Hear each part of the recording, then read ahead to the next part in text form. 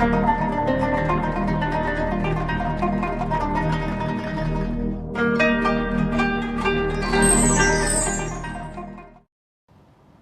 عليكم ورحمة الله وبركاته. الحمد لله رب العالمين. اللهم صل على سيدنا Muhammad وعلى آله وصحبه أجمعين. Saudara-saudariku yang dimuliakan Allah Subhanahu wa taala, masih kita mengenang Syekh Ali Jabir rahimahullah di TV One ini. Semoga ilmu beliau bermanfaat bagi kita semua. Insyaallah kita membahas tema negeri para nabi, khususnya Palestina, negeri tercinta yang di hati setiap orang muslim.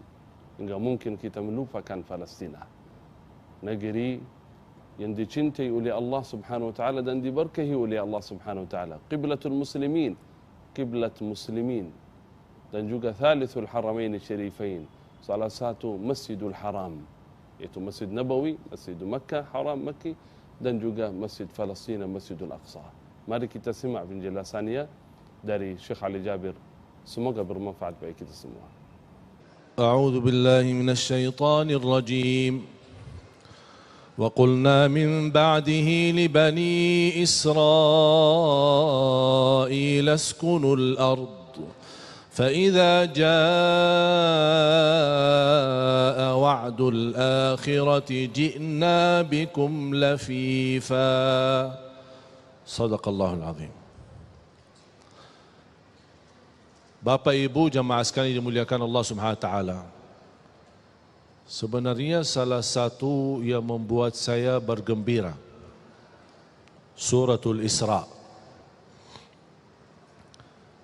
Suratul Isra mulai dari ayat 1 sampai ayat 7, 8,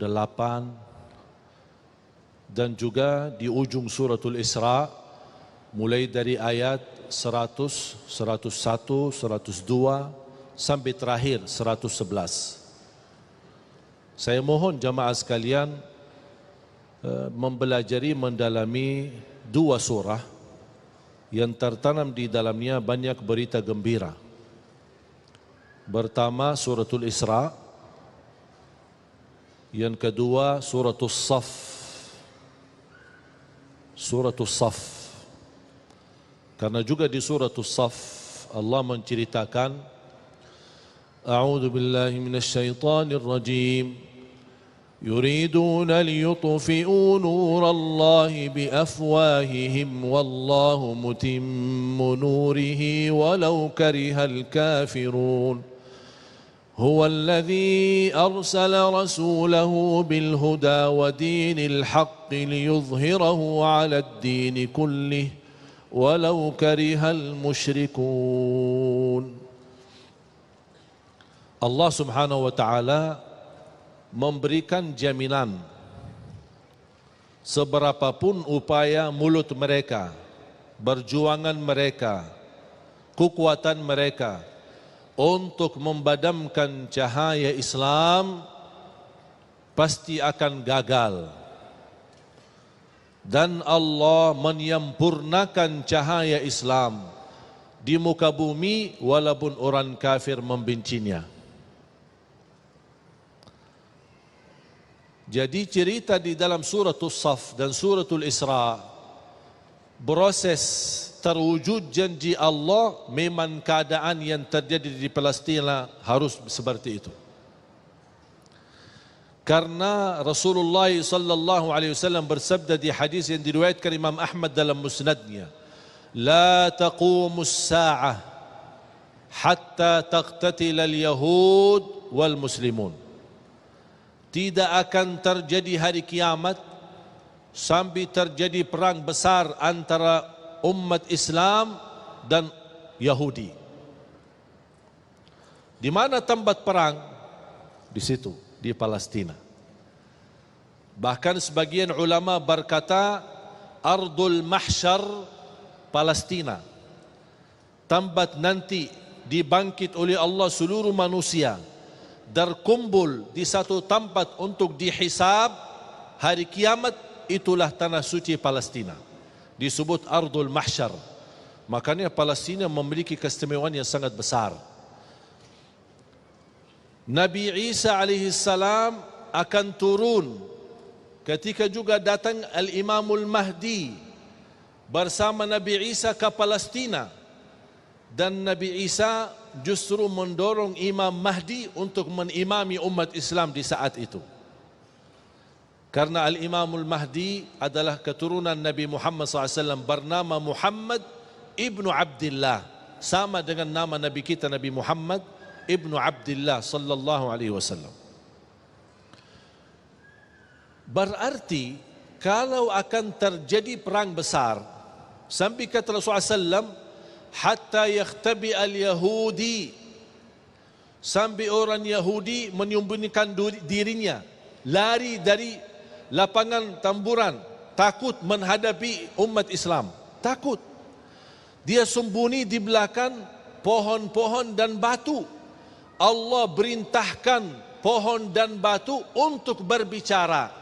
Pohon dan batu nanti di negeri Palestina akan berkata, hei orang Islam, hei orang Muslim, ke sini, kemari, ada di belakangku orang Yahudi lagi sembunyi. Kata Rasulullah SAW, kecuali satu pohon bernama Al-Gharqad. Mengapa tidak bisa bicara pohon itu? Kata Rasulullah SAW, فَإِنَّهُ مِنْ شَجَرِ يَهُودِ, karena pohon itu adalah dari Yahud, yang ditanam oleh Yahudi. 3 minggu yang lalu saya berada di Palestina, dan saya sengaja keliling mencari pohon Al-Gharqad itu, ada enggak?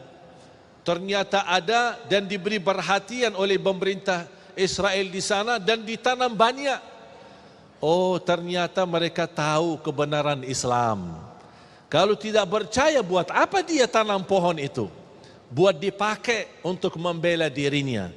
Dan tidak akan mungkin terjadi perang besar umat Islam menghadapi Yahudi, kecuali kalau mereka semua terkumpul. Nanti di saat itu, kumpul dari negara mana? Datang berhijrah ke tanah suci Palestina. Memang ujiannya, penerbangannya apa? Diambil rumah kita, penerbangannya dikuasai masjid kita, penerbangannya dibunuh anak kita, itu semua penerbangan. Buat apa? Supaya mereka terkumpul di situ. Semua Yahudi dari seluruh dunia kumpul di sana.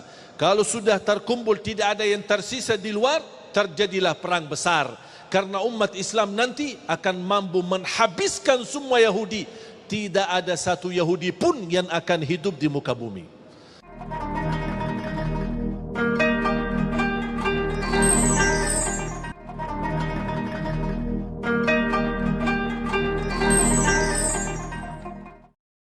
Berarti ujian jamaah sekalian yang kita ada di Palestina memang proses. Ujian yang ujung-ujungnya akan kembali kekuasaannya umat Islam. Allah punya hikmah. Allah tidak mungkin suka kezaliman. Allah tidak mungkin membiarkan pembunuhan dan tumpahan darah di mana-mana, apalagi tanah suci Palestina. Tapi Allah Subhanahu wa taala memiliki hikmah yang barangkali kita belum tahu.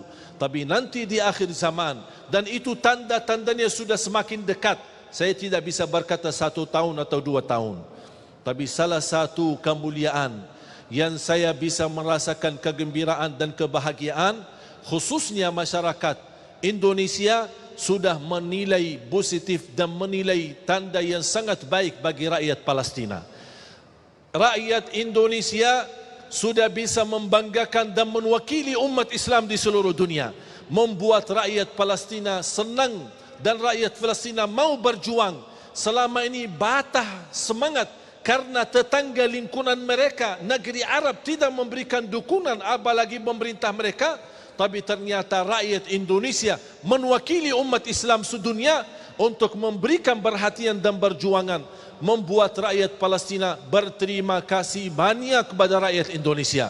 Dan ini menurut saya kemenangan yang sangat luar biasa yang kita dapatkan, yang tidak dirasakan oleh orang lain. Makanya kita harus bergembira, berbangga dan terus berjuang. Walaupun kita tidak berkesempatan bisa ke sana, tapi kita berjuang untuk mendoakan mereka, membantu mereka, upaya, daya, dana, segala kemampuan. Buat apa?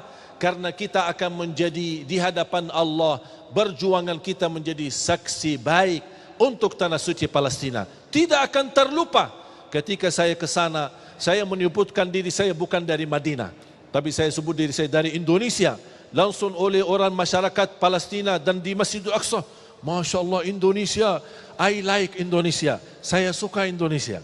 Kapan saya bisa ke Indonesia? Bahkan saya menemukan banyak anak-anak dan anak-anak yatim malah bisa berbahasa Indonesia. Saya tanya dari mana? Ini banyak orang Indonesia suka kemari. Saya bertanya sama dubes Indonesia yang berada di Jordan, Amman. Beliau berkata setiap tahun berkunjungan dari Indonesia ke Palestina 70.000.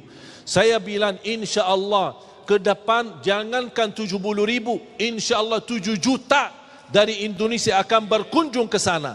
Semakin kita sering ke sana ke tanah suci, itu yang akan membuat hati mereka bergetar dan ketakutan.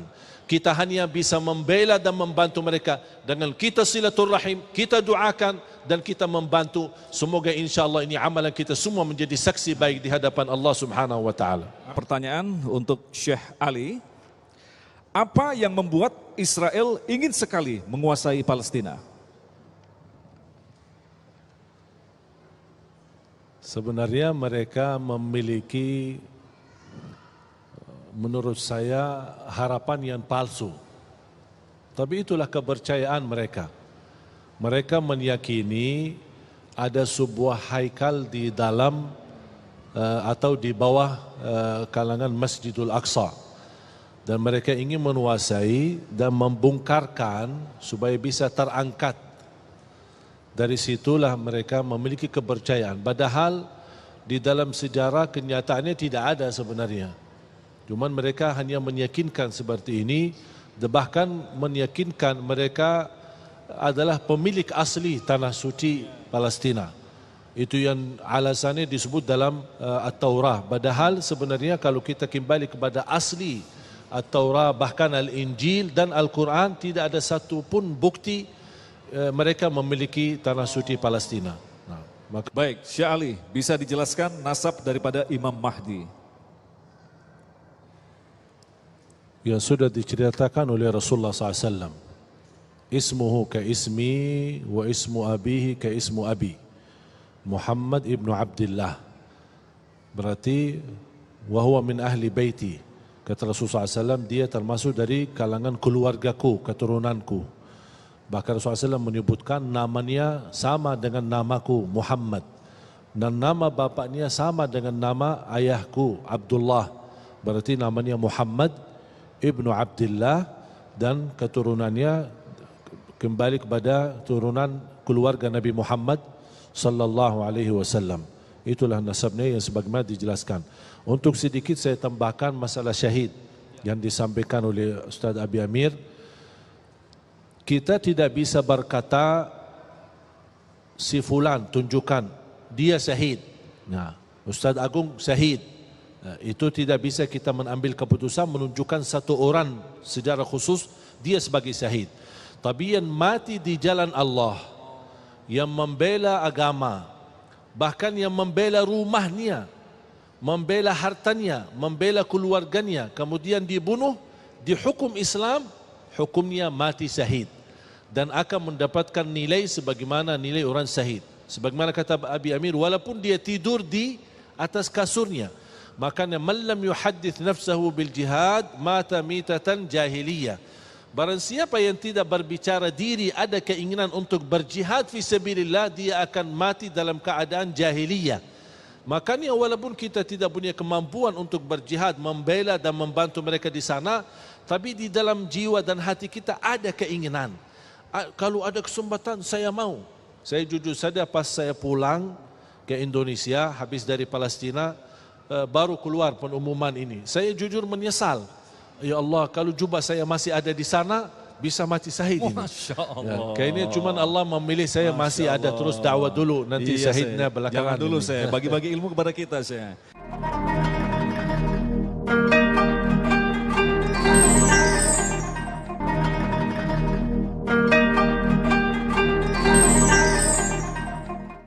Kembali Syekh Ali akan menjawab pertanyaan. Saya ulangi lagi, apakah benar makna daripada pohon Ghorqot melindungi kaum Yahudi? Pohon Ghorqot akan berbicara. Makna asli atau memang ada makna terselubung di situ? Syekh. Ini kalau hadis-hadis yang menceritakan dan gaib, yang peristiwa yang akan terjadi, kita tidak akan bisa melebihi dari apa yang disampaikan oleh Rasulullah SAW. Akan berbicara, berarti akan berbicara. Cara berbicara itu kita tidak bisa kita terlalu dalam membahas. Contoh, Rasulullah SAW pernah menceritakan akan datang satu zaman alat besi bisa berbicara. Orang sekarang berfikir, kok bisa besi berbicara? Ternyata kalau kita kembali, seperti HP. HP kan bisa berbicara. Sesuatu yang mendekatkan yang jauh. Apa sesuatu alat yang mendekatkan sesuatu yang jauh? Ya pesawat. Yang jaraknya dulu berjalanan jauh, sekarang naik pesawat menjadi dekat. Berarti, tapi Rasulullah SAW tidak pernah sebut kata pesawat. Berarti ketika Rasul menceritakan termasuk pohon dan batu, akhir zaman akan berbicara, menunjukkan dan mengingatkan orang Muslim, kesinilah ada orang Yahudi di belakangku, suruh bunuh dia. Ini kita percaya akan terjadi, tapi tidak perlu kita lebih detail lagi. Maksudnya berbicara seperti apa? Ya saya belum tahu. Nanti pas kita sudah di sana, nanti saya akan ceritakan bagaimana. Gitu. Jadi tidak perlu beli pohon gorgot terus diajak bicara gitu, nggak perlu ya saya? Ya, misal contoh, ada orang bertanya, kalau wanita salat di belakang imam, posisi wanita dia sendirian dan imam pun sendirian. Kalau posisi di belakang, posisi wanita di mana? Saya jawab posisi wanita berdiri di belakang imam, kan? Ya. Jawab enggak? Jelaskan? Dia tanya lagi, maksudnya di belakang di mana? Saya dah tahu di belakang di mana. Ya terserahmu. Baik, terima kasih. Insyaallah. Syekh Ali, Mekah, Madinah adalah tempat yang aman. Lantas mengapa rahasia Allah menciptakan Palestina yang hingga sampai saat ini terjadi peperangan? Menurut saya, Palestina ini salah satu kunci kesatuan umat. Kalau negeri Palestina aman, berarti tidak ada apa-apa umat Islam. Umat Islam bisa bersatu, bisa terbangkit, bisa protes, bahkan bisa menunjukkan rasa peduli kalau salah satu tempat tanah suci terganggu atau dikuasai atau diculik atau apa saja, termasuk dijajah saat ini. Baru umat Islam pasti akan menunjukkan rasa yang sangat luar biasa.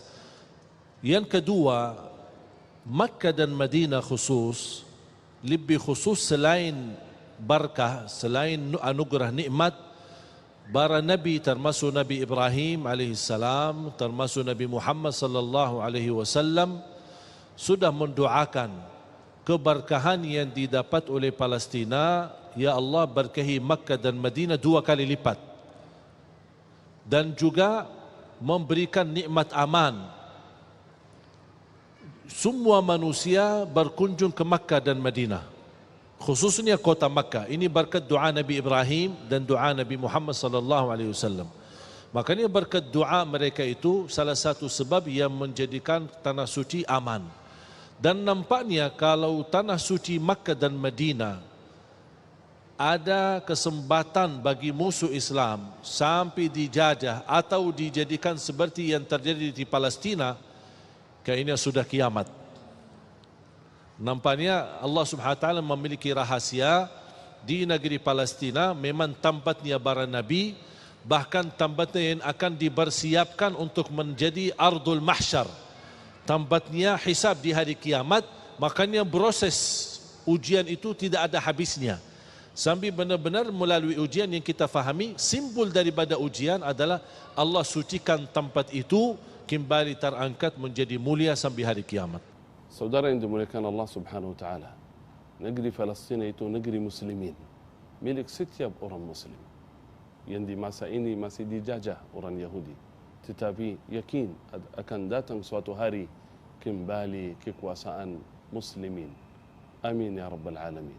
Tetapi syaratnya ketika kita kembali kepada Allah Subhanahu wa taala.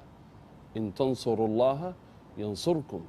Jika kita menolong agama Allah, kita kembali kepada Allah, pasti Allah menolong kita semua. Mari kita di bulan Ramadan ini kita bertaubat menjaga agama Allah Subhanahu wa taala, pasti Allah Subhanahu wa taala di akhir zaman, sebagaimana sabda Rasulullah sallallahu alaihi wasallam, enggak mungkin hari kiamat terjadi kecuali Palestin kembali kepada umat Islam. Kita berdoa, doa senjata seorang mukmin, semoga Allah bebaskan Palestina, Masjidil Aqsa dari kotoran Yahudi. Amin ya rabbal alamin. Alhamdulillahi rabbil alamin. اللهم صل على سيدنا محمد وعلى آله وصحبه أجمعين. اللهم أعز الإسلام والمسلمين. اللهم أعز الإسلام والمسلمين. اللهم انصر إخواننا المسلمين في فلسطين. اللهم حرر المسجد الأقصى من دنس اليهود. اللهم حرر المسجد الأقصى من دنس اليهود. اللهم أعد المسجد الأقصى إلى حوزة الإسلام والمسلمين، وارزقنا صلاة فيه قبل الممات، إنك على كل